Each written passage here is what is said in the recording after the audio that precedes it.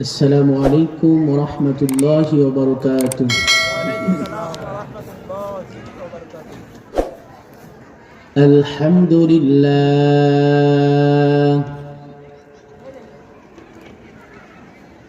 الحمد لله الذي جعل الشمس والقمر بحسبان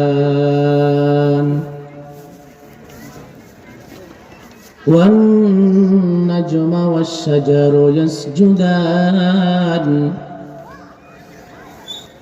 وفضل زمانا على زمان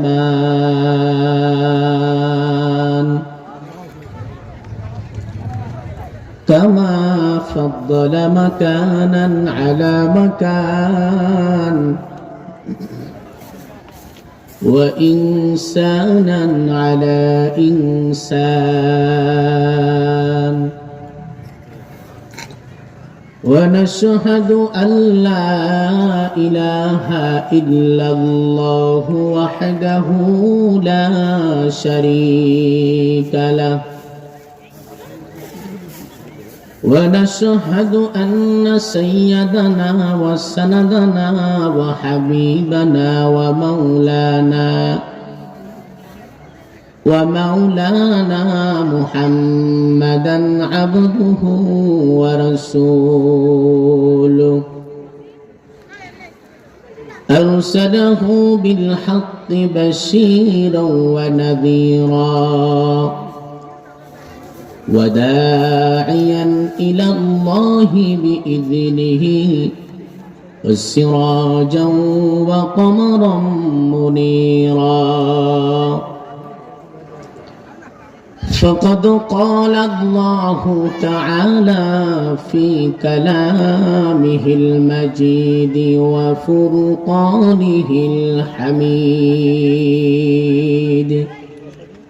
أعوذ بالله من الشيطان الرجيم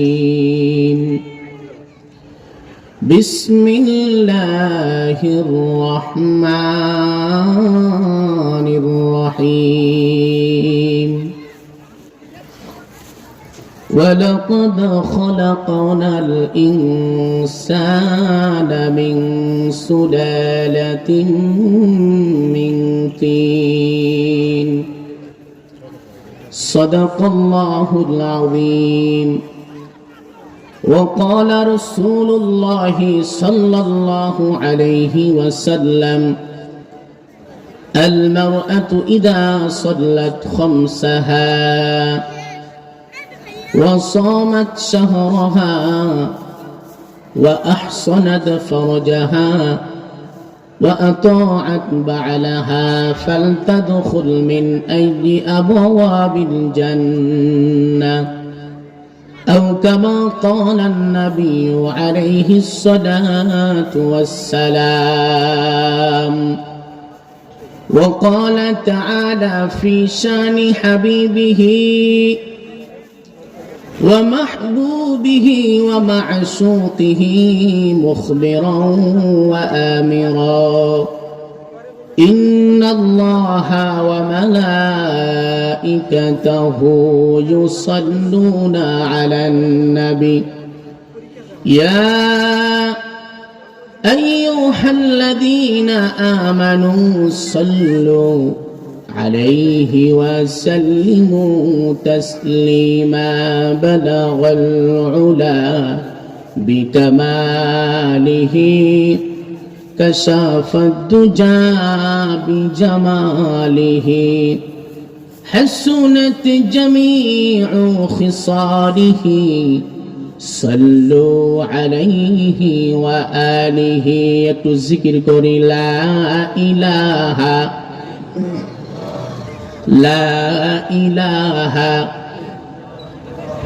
لا إله إلا الله لا إله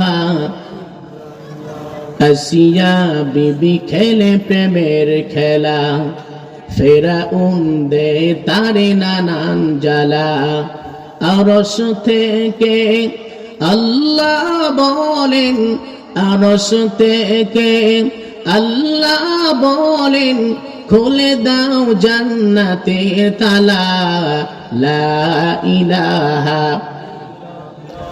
লা ইলাহা লা ইলাহা ইল্লাল্লাহু মুহাম্মাদুর রাসূলুল্লাহ সাল্লাল্লাহু আলাইহি ওয়াসাল্লাম। আল্লাহু আল্লাহু কি যে মধুর নাম, ধরার তামাম মনি মুক্তা পান্না হীরা সোনা দানায় হয় না যাহার দাম। আল্লাহু আল্লাহু কি যে মধুর নাম, আকাশ বাতাস সাগর নদী গাইছে অনাম নিরবধি। আকাশ বাতাস সাগর নদী গাইছে অনাম নিরবধি। পাক পাখালির কণ্ঠে শুনি, পাক পাখালির কণ্ঠে শুনি নিত অভিরাম। আল্লাহু আল্লাহু কি যে মধুর নাম। বাইতুল মামুর জামি মসজিদের উদ্যোগে 11তম তাফসিরুল কুরআন মাহফিল, অধ্যকার আজকের মাহফিলের সম্মানিত সুযোগ্য সভাপতি সাহেব জনাব মোহাম্মদ নেজামুল ইসলাম, সভাপতি বাইতুল মামুর জামি মসজিদ বিশ্বনাথপুর, ও প্রধান শিক্ষক municipal high school Bangla school Dinajpur Sadar Dinajpur. প্রধান অতিথি হিসেবে উপস্থিত রয়েছেন জনাব মোহাম্মদ মোকাররম হোসেন। প্রধান মেহমান হিসেবে আজকে যিনি উপস্থিত রয়েছেন আমার প্রাণপ্রিয় ওস্তাদ, যাদের মাধ্যমে আমরা এই কথাগুলো শিখেছি, কোরআন হাদিসের কথা শিখেছি। আমার ওস্তাদ আমার পাশে বসে আছেন আলহাজ হযরত মাওলানা মোহাম্মদ আমজাদ হোসেন, নায়েবে মুহতামিম জামিয়া আরাবিয়া নিউটন মাদ্রাসা দিনাজপুর। বিশেষ অতিথিবৃন্দ, সামনে উপবিষ্ট এলাকার মুসলমান ভাইয়েরা, পর্দার আড়ালে বসে থাকা মা ও বোনেরা, আমরা সর্বপ্রথম সেই মহামণি মহান রব্বুল আলামিনের আলিশান দরবারে শুকরিয়া আদায় করি যে আল্লাহ পাক রব্বুল আলামিন আমাদেরকে আজকে এই মুহূর্তে, যে সময় আরামের বিছানায় থাকার কথা, লেপির ভিতরে থাকার কথা, সেই মুহূর্তে আল্লাহ তাআলা হাজারো মানুষ থেকে যাচাই বাছাই করে এই জান্নাতের বাগানের ফুল হওয়ার তৌফিক দিলেন। সকলেই খুশি না বেজার? জোরে বলতে হবে, খুশি না বেজার? খুশি থাকলে যে মহান রব আমাকে আপনাকে আসার মতো বসার মতো তৌফিক দিলেন, সেই মহান রব্বে কারীমের দরবারে আমরা সকলেই জবান খুলে কালিমাতুশ শুকর আদায় করি, বলি আলহামদুলিল্লাহ। বক্সের সাউন্ডগুলো একটু বাড়াবাড়ি করে। অসংখ্য অগণিত দরুদ ও সালাম অবতীর্ণ হোক সেই মহামানবের প্রতি, যে নবীর উম্মত হওয়ার তৌফিক আল্লাহ তাআলা আমাদেরকে দিয়েছেন। সেই নবীর শানে আমরা সকলেই দরুদ পাঠ করি, বলি সাল্লাল্লাহু আলাইহি ওয়াসাল্লাম। সম্মানিত হাজিরিন, আমি আমার মূল আলোচনায় চলে যাচ্ছি। আজকে আমার আলোচনার বিষয়বস্তু হলো মানব সৃষ্টির রহস্য। এই পৃথিবীতে আল্লাহ রাব্বুল আলামিন মানুষকে সৃষ্টি করার আগে, মানব জাতিকে সৃষ্টি করার আগে আরেকটা জাতিকে সৃষ্টি করেছিলেন। সেই জাতির নাম কি বলেন তো? জিন জাতি। জিনদেরকে আল্লাহ তাআলা সৃষ্টি করেছেন কি দিয়ে? আগুন দিয়ে। ফেরেশতাদেরকে আল্লাহ পাক সৃষ্টি করেছেন নূর দিয়ে। আর মানব জাতিকে সৃষ্টি করেছেন কি দিয়ে? মাটি দিয়ে। প্রত্যেকটি মানুষ আল্লাহ তাআলা মানব জাতিকে সৃষ্টি করেছেন মাটি দিয়ে। আদম আলাইহিস সালামকে সৃষ্টি করেছেন মাটি দিয়ে। আমরা হয়েছি হযরতে আদম আলাইহিস সালাম থেকে এই দুনিয়াতে আমরা আসছি। আর আদম আলাইহিস সালামকে সৃষ্টি করেছেন কি দিয়ে? মাটি দিয়ে। অনেকে আছে বিধর্মীরা, মুনাফিকরা, বেঈমানেরা এই কথা বলে মানুষ নাকি বানর থেকে হয়েছে। জোরে কর নাউজুবিল্লাহ। মানুষ কি বানর থেকে না আদম থেকে? আদম থেকে। যারা বলে মানুষ বানর থেকে হয়েছে, আসলে তারা মানুষ না, তারা বানরের গোষ্ঠী। ঠিক কিনা? মানুষকে আল্লাহ সৃষ্টি করেছে মাটি দিয়ে। আল্লাহ রাব্বুল আলামিন বলেন, ওয়ালাকাদ খালাকনাল ইনসানা মিন সুলালাতিন মিন তিন। আমি আল্লাহ রাব্বুল আলামিন অবশ্যই মানুষকে সৃষ্টি করেছি মাটি দিয়ে। আল্লাহ রাব্বুল আলামিন মানুষকে সৃষ্টি করার যখন সিদ্ধান্ত নিলেন, প্রথমেই তিনি ফেরেশতাদের কাছ থেকে পরামর্শ নিলেন। ফেরেশতাদেরকে বললেন, ওয়াইয ক্বালা রাব্বুকা লিল মালাইকাতি ইন্নী জাইলুন ফিল আরদি খলিফা। ও আমার ফেরেশতারা, আমি দুনিয়ার মধ্যে আমার প্রতিনিধি মানুষদেরকে সৃষ্টি করার সিদ্ধান্ত নিয়েছি, তোমরা কি বলো?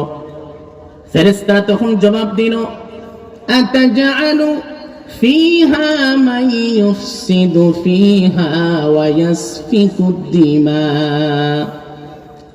আল্লাহ তাআলা, আপনি যদি দুনিয়ার মধ্যে মানুষদেরকে সৃষ্টি করেন, এরাও তো জিন জাতির মতো মারামারি কাটাকাটি করবে, ফিতনা ফাসাদ সৃষ্টি করবে, সুতরাং মানুষ বানানোর দরকার নাই। নাহনু নুসাব্বিহু বিহামদিকা ওয়া নুকদ্দিসু লাক। আয় আল্লাহ, আমরাই তো আপনার তাসবিহ পাঠ করি, জিকির আজগার করি, মানুষ বানানোর দরকার নাই। আল্লাহ তখন ফেরেশতাদেরকে বললেন, ইন্নী আ'লামু মা লা তা'লামুন। ও আমার ফেরেশতারা, আমি যা জানি তোমরা তা জানো না। আল্লাহ রাব্বুল আলামিন চূড়ান্ত সিদ্ধান্ত গ্রহণ করলেন, তিনি মানুষ তৈরি করবেন। জিবরাইল আলাইহিস সালামকে ডেকে বলছেন, জিবরাইল, যাও তুমি দুনিয়ার বুকে গিয়ে দুনিয়ার মধ্য হতে এক মুষ্টি মাটি আমার কাছে নিয়ে আসো। হযরত জিবরাইল আলাইহিস সালাম দুনিয়াতে আসলেন, মাটি নিয়ে যাবেন। মাটি কান্নাকাটি শুরু করলো। মাটি বলছে, ভাই জিবরাইল, আমাকে তুমি নিয়ে যাও না, কারণ হলো তুমি যদি আমাকে নিয়ে যাও, আমি মাটি দিয়ে আল্লাহ তাআলা মানুষকে সৃষ্টি করবেন। মানুষরা দুনিয়ার মধ্যে জিন জাতির মতো মারামারি কাটাকাটি করবে, সুতরাং আমাকে জাহান্নামে যেতে হবে, তুমি আমাকে নিয়ে যাও না। মাটির কান্নাকাটি দেখে জিবরাইল আলাইহিস সালাম ব্যর্থ হয়ে আল্লাহর কাছে ফিরে গেছে, না আল্লাহ, আমি তো মাটি আনতে গিয়েছিলাম, কিন্তু মাটির কান্না দেখে আমি মাটি আনতে পারি নাই। আল্লাহ রাব্বুল আলামিন মিকাইলকে পাঠিয়ে দিলেন, যাও তুমি দুনিয়ার বুক থেকে তুমি মাটি নিয়ে আসো। মিকাইল আলাইহিস সালাম দুনিয়ার মধ্যে আসলেন। আসার পরে মাটি আবার কান্না শুরু করছে, কান্না শুরু করলো। ব্যর্থ হয়ে মিকাইল আলাইহিস সালাম ফিরে গেলেন।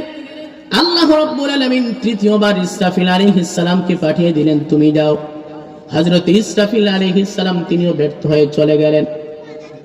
চতুর্থবারে আল্লাহ রাব্বুল আলামিন আজরাইল আলাইহিস সালামকে পাঠালেন, যাও যাও তুমি যাও। হযরত আজরাইল আলাইহিস সালাম দুনিয়ার মধ্যে আসার পরে মাটি আবার কান্না শুরু করলো।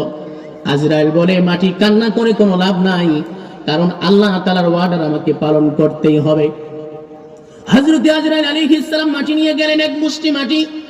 কিতাবের মধ্যে আসে আজরাইল আলাইহিস সালাম যে এক মুষ্টি মাটি নিয়ে গিয়েছিলেন, এক মুষ্টি মাটি ছিল 40 মণ।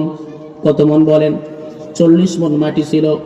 মাটি নিয়ে যখন আল্লাহর কাছে চলে গেলেন, আল্লাহ রাব্বুল আলামিন আজরাইলকে ডাক দিয়ে বললেন, আজরাইল, এই মাটি আনার জন্য আমি জিবরাইলকে পাঠিয়েছিলাম, ব্যর্থ হয়ে ফিরে আসছে।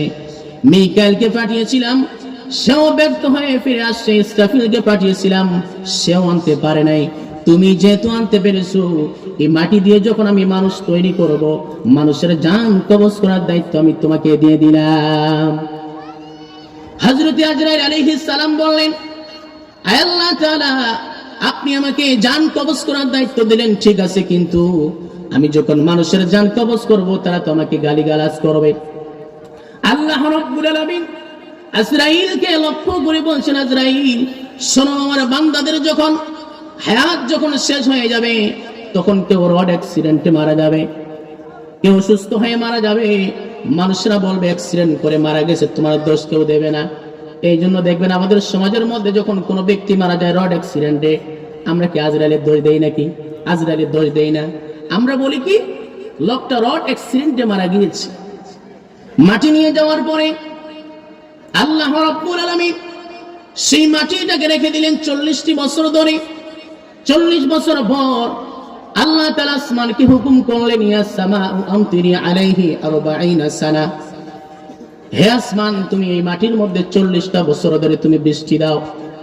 মাটির মধ্যে 40 বছর ধরে বৃষ্টি হতে হতে মাটিটা হয়ে গেল হামাইম মাসকুন, কাদা মাটি।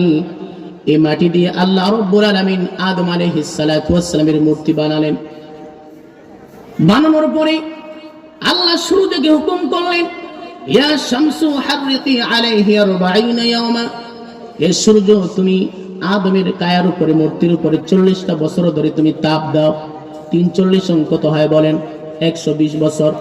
হাদিস শরীফের মধ্যে নবীজি বলেন, সহিহ বুখারীর বর্ণনা, ইন্না আহাদাকুম ইউজমাউ খালকুহু ফি বাতনি উম্মিহি, একটা সন্তান যখন মায়ের গর্ভে আসে, প্রথম 40 দিন সে নুতফা, নাপাক পানি থাকে, এরপরে 40টা দিন থাকে জমাট রক্ত, এরপরে 40টা দিন গোশতের টুকরা হয়ে যায়। 120 দিন পরে আল্লাহ রাব্বুল আলামিন ফেরেশতার মাধ্যমে ওই সন্তানের ভিতরে রূহ ফুৎকার দিয়ে দেন।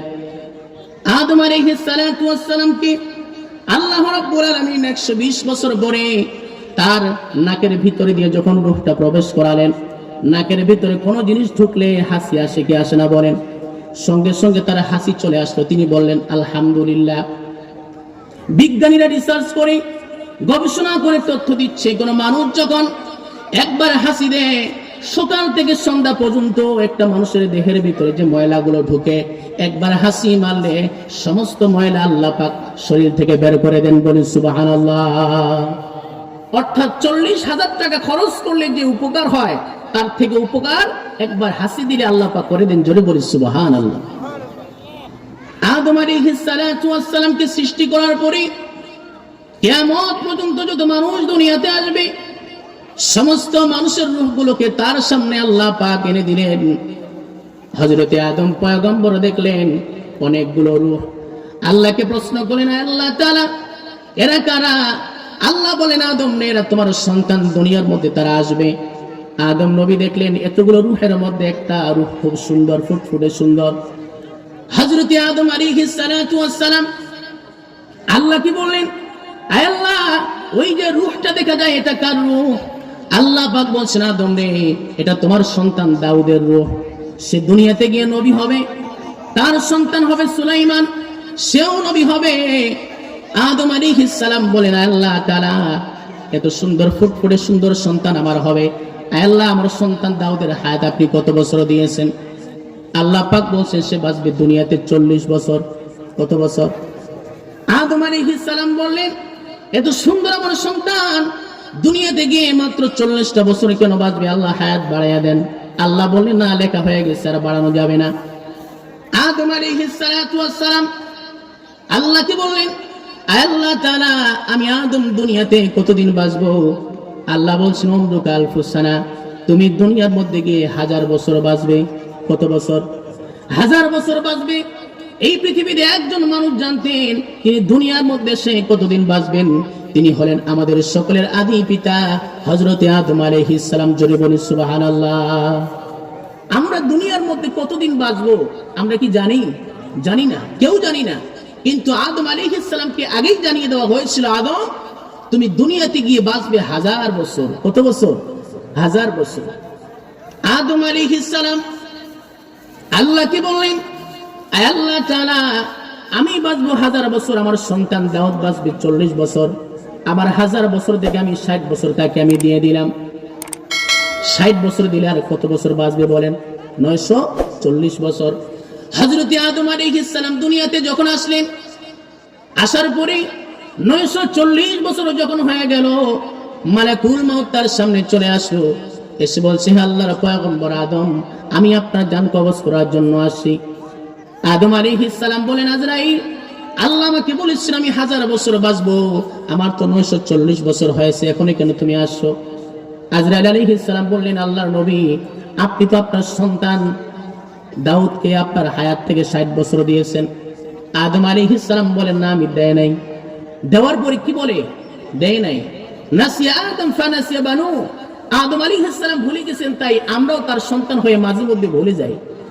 নেওয়ার পরেও কই নেই না, ঠিক কিনা? আল্লাহ বলেন, ঠিক আছে আজরাইল, তুমি ফিরে আসো।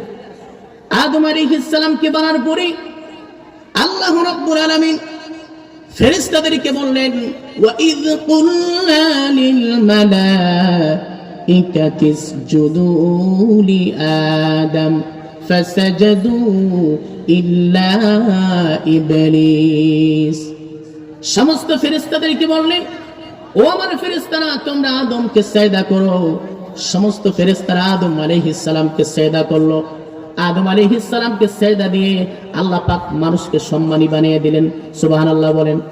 তুমি মাটির আদমকে প্রথম সৃষ্টি করিয়া ঘোষণা করিয়া দিলে শ্রেষ্ঠ বরিয়া, তাই নূরের ফেরেশতা করে আদমকে সিজদা, তাই নূরের ফেরেশতা করে আদমকে সিজদা। সবার চেয়ে দিলে তুমি মানুষকে সম্মান। আল্লাহু আল্লাহু তুমি জাল্লে জালালু, শেষ করা তো যায় না গে তোমার গুণগান। তুমি কাদের গফফার, তুমি জলিল জব্বার, তুমি কাদের গফফার, তুমি জলিল জব্বার। অনন্ত অসীম তুমি রহিম রহমান। আল্লাহু আল্লাহু, একটু চিৎকার দিয়ে বলেন মারহাবা। আল্লাহ রাব্বুল আলামিন ফেরেশতাদের মাধ্যমে আদম আলাইহিস সালামকে সিজদা করে দিয়ে আদম আলাইহিস সালামের সম্মানটাকে বাড়ায় দিলেন। সমস্ত ফেরেশতারা সিজদা করলো, ইল্লা ইবলিস, কিন্তু ইবলিস সিজদা করলো না। আল্লাহ পাক ইবলিসকে লক্ষ্য করে বলছেন, ক্বালা মা মানাআকা আল্লা তাসজুদা ইয আমারতু। হে ইবলিস, তুমি কেন সিজদা করলে না? কোন জিনিস তোমাকে নিষেধ করলো? ইবলিস তখন জবাব দিল, খলাকতানি মিন নারিন ওয়া খলাকতাহু মিন তিন। আয় আল্লাহ, আপনি আদমকে বানিয়েছেন মাটি দিয়ে, আর আমাকে বানিয়েছেন আগুন দিয়ে। মাটির স্বভাব হলো নিচের দিকে যাওয়া, আর আগুনের স্বভাব হলো উপরের দিকে যাওয়া। সুতরাং আমি আগুনের তৈরি, আমি ইবলিস তাকে সিজদা করতে পারবো না। আল্লাহ বলছেন, তুমি যেহেতু সিজদা করলে না, আজ থেকে তুমি মরদুদ শয়তান হয়ে গেলে, যাও এখান থেকে। ইবলিস শয়তান বলে, আল্লাহ এত বছর ধরে আমি তোমার ইবাদত করলাম, আমি কি কিছুই পাবো না? আল্লাহ বলে, তুই কি চাস বল। ইবলিস শয়তান বলে, আমার 3 দফা দাবি। কয় দফা? 3 দফা। 1 নম্বর, ইবলিস বলছে, আল্লাহ যে আদম সন্তানের কারণে আমি ইবলিস হলাম, তারা দুনিয়াতে কতদিন বাঁচবে? আল্লাহ বলেন, এরা দুনিয়াতে কিয়ামত পর্যন্ত বাঁচবে। ইবলিস আল্লাহর কাছে বলল, আল্লাহ আমি কিয়ামত পর্যন্ত হায়াত চাই।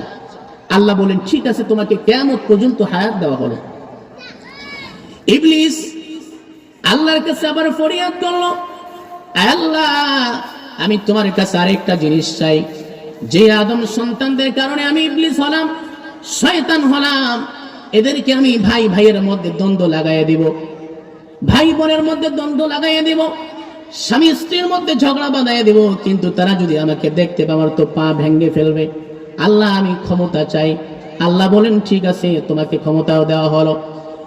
ইবলিস 3য় নম্বর আবদার করলো, আল্লাহ তাআলা আমার তো অনেক সাঙ্গ পাঙ্গ থাকবে, আমার সাথী সঙ্গীরা থাকবে। আল্লাহ আরেকটা জিনিস তোমার কাছে চাই, সেটা হলো খাদ্য চাই। আল্লাহ বলেন, ঠিক আছে, সেটাই দেওয়া হলো। 3টা জিনিস তাকে দিয়ে দেওয়া হলো। ইবলিস ডেকে বলছে, আল্লাহ এবার আমি তোমার সঙ্গে চ্যালেঞ্জ করলাম, যে আদম সন্তানের কারণে আমি ইবলিস শয়তান হলাম, এদেরকে আমি পথভ্রষ্ট করেই ছাড়ব। আল্লাহ তখন বললেন, ইবলিস রে শোনো, তুমি যদি আমার বান্দাদেরকে গুনাহের পথে নিয়ে আসো, কুমন্ত্রণা দিয়ে ধোঁকা দিবে, গুনাহের কাজের মধ্যে লিপ্ত করায় দেবে, আমার বান্দারা গুনাহ করার পরে যখন তওবা করবে, আমি আল্লাহ বান্দাদের সমস্ত গুনাহগুলো মাফ করে দিব। জোরে বলি সুবহানাল্লাহ। তুমি রহমান, তুমি মেহেরবান, অন্ধ গাহে না শুধু তোমারি গুণগান, বুঝেও বুঝে না তবু শান, তুমি রহমান, তুমি মেহেরবান। কখনো তোমাকে যদি ভুলি, হেদায়েতের আলো জেলে নিও কাছে তুলি, কখনো তোমাকে যদি ভুলি, হেদায়েতের আলো জেলে নিও কাছে তুলি, দয়া করো ক্ষমা করো, দয়া করো ক্ষমা করো, ওগো দয়াবান, তুমি রহমান, তুমি মেহেরবান। একটু চিৎকার দিয়ে বলেন মারহাবা। ইবলিসকে আল্লাহ এত ক্ষমতা দিলেন। কি ক্ষমতা? রাসূল বলছেন, ফাইন্নাশ শাইতান ইয়াজরি মিন আহদিকুম মাজরাদ দাম। ইবলিস শয়তান মানুষের শিরা উপশিরার ভিতরে ঢুকে সে মানুষকে কুমন্ত্রণা দিতে পারে। এই ক্ষমতা আল্লাহ পাক ইবলিসকে দিয়েছেন। আর কি ক্ষমতা দিয়েছেন? পৃথিবীর সমস্ত মানুষের সুরত সে ধরতে পারে, কিন্তু একজন ব্যক্তির সুরত আকৃতি ধারণ করতে পারে না। তিনি হচ্ছেন আমাদের পয়গম্বর। জোরে বলি সুবহানাল্লাহ। আল্লাহর পয়গম্বর বলেন, মান রাআনি ফিল মানামি ফাকাদ রাআনি, যে ব্যক্তি আমাকে স্বপ্নের মধ্যে দেখলো সে যেন আমাকেই দেখলো। ফা ইন্নাশ শাইতানা লা ইয়াতামাসসালু ফি সূরাতি, কারণ শয়তান পৃথিবীর সমস্ত মানুষের সুরত ধরতে পারে, কিন্তু আমি নবীর সুরত ধরতে পারে না। বিশ্ব নবীকে যে ব্যক্তি একবার স্বপ্নে দেখবে তার কপাল ভালো না খারাপ? একবার যে ব্যক্তি দেখবে রাসূলকে, তার জন্য জাহান্নামের আগুনকে হারাম করে দিবেন। সুবহানাল্লাহ বলেন।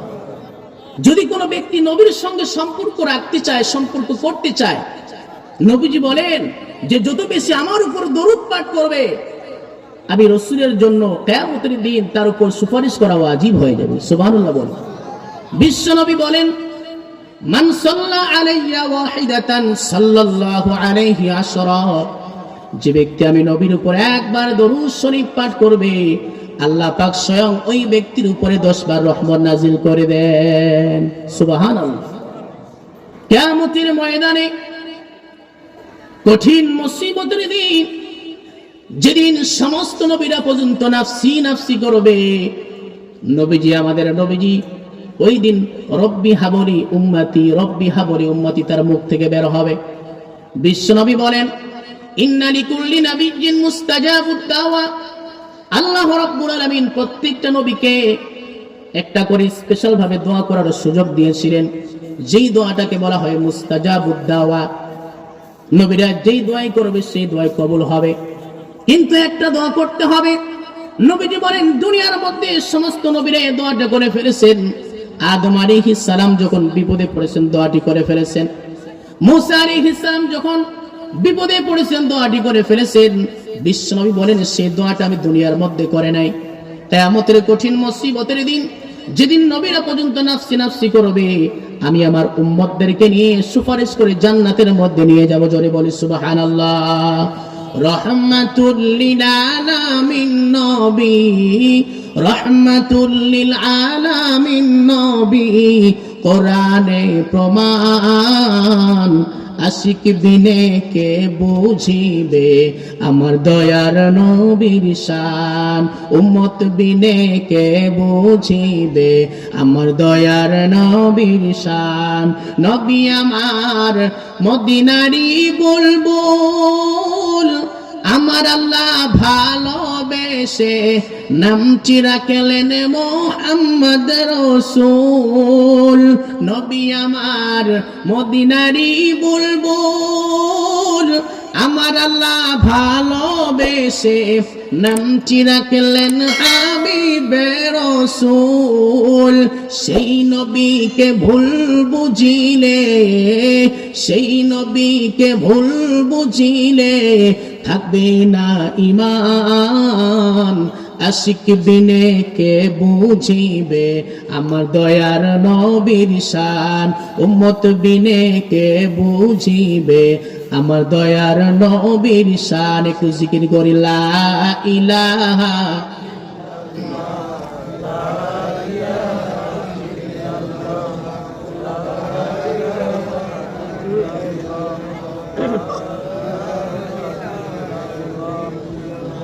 লা ইলাহা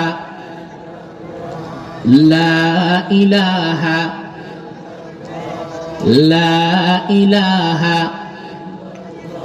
আসমানে আল্লাহ জমিনে আল্লাহ, আসমানে আল্লাহ জমিনে আল্লাহ, হায়াতে আল্লাহ মৌতে আল্লাহ। লা ইলাহা লা ইলাহা লা ইলাহা ইল্লাল্লাহু মুহাম্মাদুর রাসূলুল্লাহ সাল্লাল্লাহু আলাইহি ওয়াসাল্লাম। তাহলে নবীর উপর দরুদ কম পড়বো না বেশি পড়বো? আল্লাহ সকলকে তৌফিক দান করুক, বলেন আমিন। হযরতে আদম আলাইহিস সালামকে যখন আল্লাহ পাক তৈরি করে জান্নাতের মধ্যে রেখে দিলেন, জান্নাতের মধ্যে একাই তিনি আছেন, মনটা খারাপ। কিন্তু মনের খবর জানেন কে? বলেন আল্লাহ পাক। ইন্নাল্লাহা আলিমুম বিযাতিস সুদূর।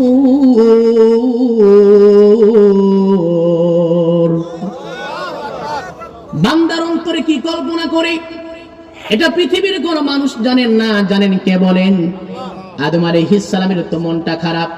আল্লাহ দেখি বুঝে ফেলছেন আদমের একজন সঙ্গী দরকার। আমাদের যখন বিয়ের বয়স হয়ে যায় সঙ্গী দরকার আছে না নাই? বলেন। আল্লাহ রাব্বুল আলামিন ফেরেশতাদেরকে লক্ষ্য করে বললেন, ও আমার ফেরেশতারা, আমার আদম যখন ঘুমিয়ে পড়বে, আদমের বাম পাজরের বাঁকা হাড় থেকে তোমরা একজন সুন্দরী রমণী তৈরি করে রাখবে। হযরতে আদম আলাইহিস সালাম যখন ঘুমিয়ে পড়লেন, বাম পাজরের বাঁকা হাড় থেকে আল্লাহ রাব্বুল আলামিনের ফেরেশতারা একজন নারীকে তৈরি করে রাখলেন। তার নাম কি? বলেন মা হাওয়া আলাইহাস সালাম। এত সুন্দর তিনি। পৃথিবীর সমস্ত নারীদের সৌন্দর্য যদি এক পাল্লা রাখা হয়, মা হাওয়া আলাইহাস সালাম তার সৌন্দর্য যদি আরেক পাল্লা রাখা হয়, হাওয়া আলাইহাস সালামের সৌন্দর্যের পাল্লা বেশি ভারী হয়ে যাবে। সুবহানাল্লাহ বলো। এই পৃথিবীতে চারজন নারীকে আল্লাহ রাব্বুল আলামিন সবথেকে সুন্দর করে সৃষ্টি করেছেন। কয়জন নারী? শোনার দরকার আছে না? কে কে? এক নম্বর আমাদের আদি মাতা হাওয়া আলাইহাস সালামকে। দ্বিতীয় নম্বর হচ্ছে হযরত ইব্রাহিম আলাইহিস সালামের স্ত্রী সারা আলাইহাস সালাম। নাম্বার 3 হচ্ছে ইউসুফ আলাইহিস সালামের স্ত্রী জুলাইখা। নাম্বার 4 হলো আমাদের প্রিয় নবী মুহাম্মদুর রাসূলুল্লাহ সাল্লাল্লাহু আলাইহি ওয়াসাল্লামের কলিজার টুকরা মেয়ে হযরতে ফাতেমা রাদিয়াল্লাহু তাআলা আনহা। বলি সুবহানাল্লাহ। এই চারজন নারীকে আল্লাহ রাব্বুল আলামিন পৃথিবীর সমস্ত নারীদের থেকে সুন্দর করে সৃষ্টি করেছেন। হাওয়া আলাইহিস সালামকে যখন তৈরি করে তার পাশে রেখে দিলেন, আদম আলাইহিস সালামের ঘুমটা ভেঙে গেল। ঘুম থেকে জাগ্রত হওয়ার পরে যখন মা হাওয়াকে দেখলেন, সঙ্গে সঙ্গে তার দিকে হাত বৃদ্ধি করলেন। নারীর প্রতি পুরুষের আকর্ষণ আছে না নাই? বলেন কি আছে না নাই? যদি আকর্ষণ না থাকে তাকে কি বলবেন? পুরুষ না মহিলা না? কি বলবেন? কারণ নারীর প্রতি আকর্ষণ দিয়েছেন কে? আল্লাহ পাক। আল্লাহ রাব্বুল আলামিন আদম আলাইহিস সালামকে লক্ষ্য করে বলছেন, আদম রে, আগে হাত বৃদ্ধি করো না, আগে তার মহারানা পরিশোধ করো। মহারানা পরিশোধ করা নফল না ফরজ? বলেন জোরে বলেন। এখানে যদি জরিপ করা হয় কে কে স্ত্রীর মহারানা পরিশোধ করেছেন, মাত্র 2-4 জন পাওয়া যাবে। আর বাদ বাকি বলবে হুজুর বাসর রাতে ক্ষমা চেয়ে নিয়েছি। ঠিক কিনা? কিন্তু নবীজি বলেন যদি কোনো পুরুষ স্ত্রীর মহারণা পরিশোধ না করে মৃত্যুবরণ করে, কিয়ামতের দিন তাকে জিনাকারীর কাঠগড়ায় দাঁড়িয়ে আল্লাহর দরবারে জবাবদিহি করতে হবে, ঠিক কিনা? কিন্তু আজকে সমাজে দেখেন, একজন বাবা যখন সন্তানকে বিয়ে দেয়, মেয়েকে বিয়ে দেয়, তার জামাই চাকরি করে মাসে 10,000 টাকা নির্ধারণ করেছে, মহারণা 20 লাখ টাকা। কি আছে না নাই? এই 20 লাখ টাকা তার জামাই 10,000 টাকা বেতন পায়, আজীবন চাকরি করে কি পরিশোধ করতে পারবে? কেন এত টাকা করলো জানেন? কারণ হলো তার মেয়ে যেন তার জামাই ছাড়তে না পারে। আর পুরুষও মেনে নেয়, পুরুষ চিন্তা করে বাসরাতে ক্ষমা চাইলে হয়ে যাবে। কিন্তু এই মাসালা জানে না, পরিশোধ না করে মৃত্যুবরণ করলে কিয়ামতের দিন জিনাকারী কাঠগড়ায় দাঁড়িয়ে জবাবদিহি করতে হবে, ঠিক কিনা? মহারণা যত কম হবে, ওই বিয়ের মধ্যে বরকত দিবেন কে? আল্লাহ পাক। মা হাওয়াকে যখন তৈরি করলেন, আল্লাহ রাব্বুল আলামিন আদম আলাইহিস সালাম এবং হাওয়া আলাইহিস সালামকে লক্ষ্য করে বললেন, ওয়া কুলনা ইয়া আদম উসকুন আনতা ওয়া যাওজুকাল জান্নাতা ওয়া কুলা মিনহা রাগাদান হাইথু শি'তুমা ওয়া লা তাকরাবা হাযিহিশ শাজারাতা ফাতাকুনা মিনাল যালিমিন। আরে আদম হাওয়া, জান্নাতের মধ্যে খাওয়া দাওয়া করো, কিন্তু খবরদার ওই যে গন্ধম ফল দেখা যায়, গন্ধম ফলটা তোমরা খাবা না। ফাজাল্লাহুমা শাইতান, শয়তান তাদেরকে কুমন্ত্রণা দিল, পথভ্রষ্ট করে দিল। যখন তারা গন্ধম ফলটা খেয়ে ফেললো, জান্নাতের পোশাক তাদের শরীর থেকে সঙ্গে সঙ্গে খুলে পড়ে গেল। আল্লাহ রাব্বুল আলামিন আদম আলাইহিস সালাম এবং হাওয়া আলাইহিস সালামকে বলছেন, কুল্লাহবিতু মিনহা জামিয়া, ওরে আদম এবং হাওয়া, তোমরা দুনিয়ার মধ্যে চলে যাও। দুনিয়ার মধ্যে দুইজনকে দু প্রান্তে পাঠিয়ে দিলেন। একজন পড়লেন শ্রীলঙ্কার সন্দ্বীপে, আরেকজন পড়লেন জেদ্দার মাটিতে। দুইজনের মধ্যে ডিফারেন্স হলো 3000 মাইল। কয় হাজার মাইল বলেন? 3000 মাইল।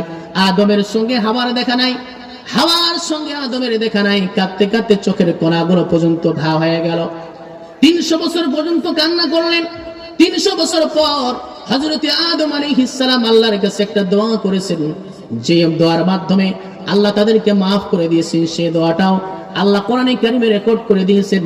নামাজের মধ্যে, দোয়ার মধ্যে সেই দোয়াটা আমরা পড়ি। আমার সঙ্গে পড়েন, রব্বানা যালামনা আনফুসানা ওয়া ইল্লাম তাগফির লানা ওয়া তারহামনা লানাকুনান্না মিনাল খাসিরিন। আল্লাহ তাআলা, নিজের নফসের উপর জুলুম করেছি, অন্যায় করেছি, তুমি যদি মাফ না করে দাও, আমরা তো ক্ষতিগ্রস্ত হয়ে যাব। এই দোয়া যখন করলেন, আল্লাহ রাব্বুল আলামিন তার দোয়া কবুল করলেন। হযরত আদম আলাইহিস সালাম এবং হাওয়া আলাইহিস সালামকে আল্লাহ আরাফাতের ময়দানে মিলন করায় দিলেন। জোরে বলি সুবহানাল্লাহ। কিয়ামত পর্যন্ত যত মানুষ আসবে যারা মক্কা শরীফে হজ করতে যাবে, হযরত আদম আলাইহিস সালামকে, হাওয়া আলাইহিস সালামকে স্মরণ করার জন্য আরাফাতের ময়দানে অবস্থান করাকে হাজী সাহেবদের জন্য ফরজ করে দিলেন। জোরে বলি সুবহানাল্লাহ। দুনিয়ার মধ্যে তারা আসলেন। আসার পরে মা হাওয়ার গর্ভ থেকে প্রায় 20 জোড়া সন্তান হয়েছিল। কত জোড়া বলেন? 20 জোড়া। প্রত্যেকটা সন্তান জোড়া জোড়া হয়েছিল, একটা ছেলে আর একটা মেয়ে। সব থেকে বড় ছেলে ছিল কাবিল। তার সঙ্গে যে বোন জন্মগ্রহণ করেছিল তার নাম হলো আকলিমা। এরপরে দ্বিতীয় যে ছেলে জন্মগ্রহণ করেছিল তার নাম হলো হাবিল। তার সঙ্গে যে বোন জন্মগ্রহণ করেছিল তার নাম হলো লবুদা। কাবিলের বোন ছিল খুব সুন্দর, আর হাবিলের বোন সুন্দর ছিল না, কালো ছিল। ওই সময় বিয়ের নিয়ম ছিল, যেহেতু দুনিয়াতে আর কোনো মানুষ নাই, এক গর্ভের সন্তান আরেক গর্ভের সন্তানের সঙ্গে বিয়ে হবে। হাবিল কাবিলের যখন বিয়ের বয়স হয়ে গেল, আল্লাহ রাব্বুল আলামিন আদম আলাইহিস সালামকে বলেন, আদম, তোমার সন্তান কাবিলকে হাবিলের বোনের সঙ্গে বিয়ে দাও, হাবিলকে কাবিলের বোনের সঙ্গে বিয়ে দাও। হযরত আদম আলাইহিস সালাম কাবিলকে ডেকে বলে, কাবিল, তুমি হাবিলের বোনকে বিয়ে করবে আর তোমার বোনকে বিয়ে করবে হাবিল। কাবিল বলে, আমি আমার বোনকে বিয়ে করব, কারণ আমার বোন হলো সুন্দরী, তার বোন হলো কালো। তার বোনকে যদি আমি বিয়ে করি, দুনিয়ার মধ্যে যত সন্তান হবে কালো হবে, মানুষরা আমাকে খোঁটা দিবে, দেখো অমুকের সন্তান। সুতরাং আমি হাবিলের বোনকে বিয়ে করতে পারবো না, আমি আমার বোনকে বিয়ে করব। জেদ ধরলো। আল্লাহ বলে, ঠিক আছে, হাবিল কাবিল দুইজন কুরবানি করবে, যাদের কুরবানিটা কবুল হবে সে আকলিমা সুন্দরীকে বিয়ে করবে। ওই সময় কুরবানি করার নিয়ম ছিল, যে বস্তুটা তারা কুরবানি করত সেটা একটা মাঠের মধ্যে অথবা পাহাড়ে রেখে আসতো। যদি কুরবানিটা কবুল হতো, আকাশ থেকে একটা আগুন এসে তাকে ভস্ম করে দিয়ে যেত। তো হাবিল ছিল মেষ পালক আর কাবিল ছিল কৃষি কাজ করত। হাবিল একটা মোটা তাজা হুষ্টপুষ্ট একটা দুম্বা পাহাড়ে রেখে আসলো, আর কাবিল কিছু খড়কুটা রেখে আসলো। দেখা গেল হাবিলের দুম্বাটাকে আকাশ থেকে একটা আগুন এসে ভস্ম করে দিয়ে গেল, আর কাবিলের খড়কুটা গুলো পড়ে থাকলো। হাবিলের কুরবানি আল্লাহ কবুল করলেন। অতএব হাবিল কাবিলের বোনকে বিয়ে করবে, সুন্দরীকে বিয়ে করবে। কিন্তু কাবিল মানতে চায় না। কাবিল বলে, না, যেমন করেই হোক আমি আমার বোনকে বিয়ে করব। সে অবশেষে কি করলো? নিজের ভাইকে হত্যা করলো। নিজের ভাইকে কি করলো? এই পৃথিবীতে সর্বপ্রথম যে হত্যা করেছে কাবিল তার ভাইকে হত্যা করেছে। কিসের কারণে? নারীর কারণে। কিসের কারণে ভাই? নারীর ফিতনা সমাজে আছে না নাই? নবীজি বলছেন, মা তারাকতু বাদি ফিতনাতান আদররু আলার রিজালি মিনান নিসা।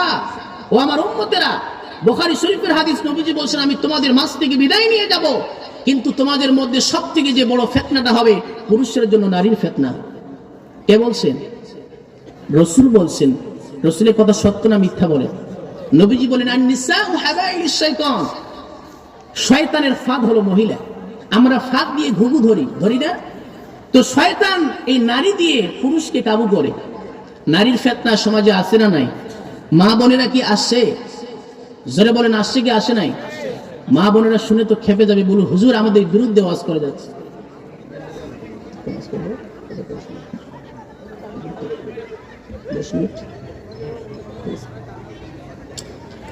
আজকে যত দুর্ঘটনা হচ্ছে, পুরুষ নারীর ফিতনা আছে।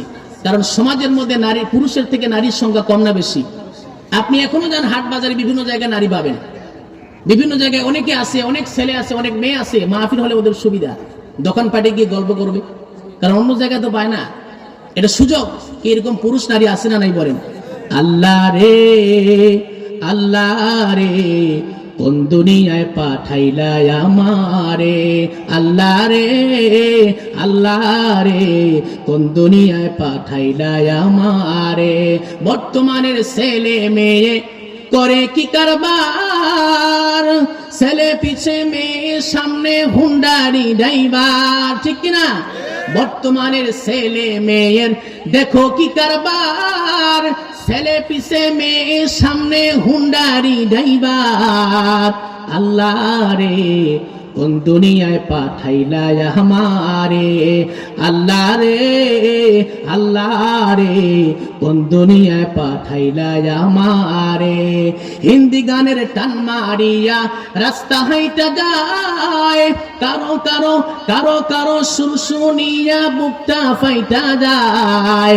আল্লাহ রে, কোন দুনিয়ায় পাঠাইলা আমারে। আল্লাহ রে, আল্লাহ রে, কোন দুনিয়ায় পাঠাইলা আমারে। আল্লাহ পুরুষ নারীদেরকে হেদায়েত দান করুক, বলেন আমিন। একটা হাদিস বলে শেষ করব। আমাদের পুরুষ ভাইদের থেকে মা বোনদের জান্নাতে যাওয়া কিন্তু খুব সহজ। রাসূল বলছেন, যে নারী 4টা গুণ অর্জন করবে। কয়টা গুণ? 4টা গুণ যে নারীর অর্জন হয়ে যাবে, এই নারীটা মৃত্যুবরণ করার সঙ্গে সঙ্গে জান্নাতে চলে যাবে। সুবহানাল্লাহ। বিশ্ব নবী বলেন, আল মারআতু ইযা সাল্লাত খামসাহা ওয়া সামাত শাহরাহা ওয়া আহসানাত ফারজাহা ওয়া আতাআত বা'লাহা ফালতাদখুল মিন আইয়ি আবওয়াবিল জান্নাহ আও কামা ক্বালা আন-নাবিয়্যু আলাইহিস সালাতু ওয়াস সালাম। বিশ্ব নবী বলেন, যে নারীর 4টা গুণ অর্জন হবে, এই নারীটা মৃত্যুবরণ করার সঙ্গে সঙ্গে জান্নাতের যে কোনো দরজা দিয়ে প্রবেশ করবে। 1 নম্বর হলো 5 ওয়াক্ত নামাজ পড়তে হবে। নাম্বার 2 হলো রমজান মাসে রোজা রাখতে হবে। নাম্বার 3 হলো স্বামীর খেদমত করতে হবে। নাম্বার 4 হলো পর্দা করতে হবে। এই 4টা গুণ যে নারীর অর্জন হবে, বিশ্বনবী বলেন, এই নারী মৃত্যুবরণ করার সঙ্গে সঙ্গে জান্নাতের যে কোনো দরজা দিয়ে প্রবেশ করবে। জোরে বলি সুবহানাল্লাহ। কিন্তু বর্তমান নারীরা নামাজ পড়ে, ঠিক সঠিক মতো নামাজ পড়ে না। জোহরের নামাজ আসরে, আসরের নামাজ মাগরিবে, কি এই স্বভাবটা মহিলাদের আছে না নাই? কাজ করতে করতে আসর হয়ে গেছে, আসরে পরে গোসল করে, তো জোহরের নামাজ কখন? আসরে। আল্লাহ রসুলকে প্রশ্ন করা হলো, ইয়া রাসূলুল্লাহ, আপনি বলেন তো আল্লাহর কাছে কোন আমলটা সব থেকে বেশি প্রিয়? রসুল বলছেন সময় মতো নামাজ পড়া, ওয়াক্ত মতো নামাজ পড়া। ওয়াক্ত যখন হয়ে যাবে, সময় যখন হবে, আগে কাজ না নামাজ? বলেন আগে নামাজ তারপরে কাজ। 2 নম্বর, রোজা রাখার কথা বলেছেন। তাদেরকে রোজা রাখার ব্যাপারে বলতে হবে না, কারণ পুরুষ ভাইয়ের থেকে তারা কিন্তু বেশি রোজা রাখে। কোন মাসে কত রোজা আমরা ভুলে গেলেও তারা কিন্তু স্মরণ রাখে, ঠিক কিনা? নাম্বার 3 হলো স্বামীর খেদমত। স্বামীর খেদমত কি করে? আওয়াজ কমে গেছে দেখছেন? মানে কারো এখানে যত পুরুষ বসে আছে তাদের স্ত্রী তাদের খেদমত করে না কি? খেদমত করে কি করে না? এখন আওয়াজ আসতেছে। এখন করে মনে হয়, আগে করতো না যখন শেখ হাসিনা ছিল, কারণ তখন পাওয়ার বেশি ছিল, কি ঠিক কিনা? বলে বেশি কথা বলবা, জেলখানার ভাত খাওয়াবো। এরকম অহংকারী মহিলা আছে না নাই? বলে তুমি কি, আমার বাবা কিন্তু চেয়ারম্যান, বেশি কথা বললে কিন্তু জেলখানার ভাত খাওয়াবো। কি অহংকারী মহিলা আছে না নাই? মহিলাদের মধ্যে কিছু আছে শেখ হাসিনার মতো অহংকারী মহিলা। অহংকার যারাই করবে শেখ হাসিনার মতো কুকুরের মতো দেশ ছাড়তে বাধ্য হবে, ঠিক কিনা? বিগত 15টি বছর ধরে আমরা সঠিকভাবে কোরআনের কথাগুলো বলতে পারি নাই। যেখানেই কোরআনের কথা বলতে গিয়েছি সেখানেই বাধা ছিল। আর কি বাধা আছে? যারা বাধা দিয়েছিল তারা কোথায়? মামুর বাড়ি দিল্লিতে। কোথায় গেছে? বিগত 15টি বছর ধরে বাংলাদেশের সব থেকে নির্যাতিত, নিপীড়িত, অত্যাচারিত হয়েছে আলেমরা। আর আলেমদের মধ্যে সব থেকে নির্যাতিত হয়েছে আল্লামা দেলোয়ার হোসেন সাঈদী। কথা বলেন ঠিক কিনা? একজন নায়িকা পায়ে আলতা দিয়ে সে জেলখানা থেকে বের হয়ে আসে, আর আলেমদের হাতে পায়ে বেরিয়ে আলেমদেরকে জেলখানার ভিতরে আবদ্ধ করে রাখা হয়েছিল। আল্লামা সাঈদী বলেছিলেন, আলেমদেরকে যারা জেলের মধ্যে ভরতেছো, ঢুকাইতেছো, সময় আসবে এমন ইন্দুরের গর্ত পাবে না পালাবার জন্য। তিনি এমন ভাবে কথাগুলো বলেছিলেন, মনে হয় দেখে দেখেই বলছেন। তিনি আরো বলেছিলেন, আমাদের আলেমদেরকে যারা মৌলবাদী বলো, আমরা মূলবাদী গাছের গোড়ায় আছি। আর তোমরা নাস্তিকেরা, তোমরা আগাবাদী, আগায় থাকো, গাছের ফল খাও, পাতা খাও, সমস্যা নেই, কিন্তু সেখান থেকে যদি বারবার ভ্যাকসি মারো, বাংলাদেশের 16 কোটি মুসলমান গাছের গোড়া ধরে এমন ভাবে চাকুরি দিবে, মামুর বাড়ি দিল্লি গিয়ে পড়বি। এখন তারা কোথায়? কোথায় আওয়ামী লীগ? কোথায় কাদের কাকা? কোথায় গেল ওই জালিমের বড় বড় কথা? ঠিক কিনা? কোথায় আওয়ামী লীগ? কোথায় কাদের কাকা? কোথায় গেল ওই জালিমের বড় বড় কথা? খেলা হবে, খেলা হবে, খেলা হবে বলে কাকা গেল পালাইয়া। হাসিনা পালাইছে হে দেশটা ছাড়িয়া, বুবুজান পালাইছে হে দেশটা ছাড়িয়া। কথা কোন ঠিক কিনা? সম্মানিত হাজির, আমার ওয়াজ আপনারা শুনেন।